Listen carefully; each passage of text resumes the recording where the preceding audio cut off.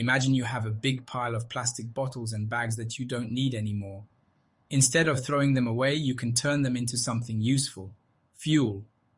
Scientists have figured out ways to break down these plastics into smaller pieces like building blocks. These pieces can then be used to make new things like fuel for cars and trucks. It's like taking apart Lego bricks and using them to build something new and exciting. This special process is called pyrolysis, and it's kind of like cooking the plastic waste in a special oven. The heat breaks down the plastic into a liquid that can be used as fuel. It's like magic. The best part, this new fuel burns cleaner than regular gasoline or diesel, which means it pollutes the air less. It's also a great way to keep plastic waste out of landfills and oceans, making our planet a happier place. But that's not all.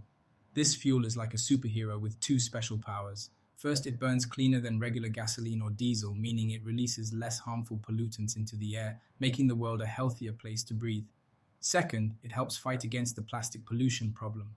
By using plastic waste as fuel, we're giving it a new life and preventing it from ending up in landfills and oceans where it harms our environment.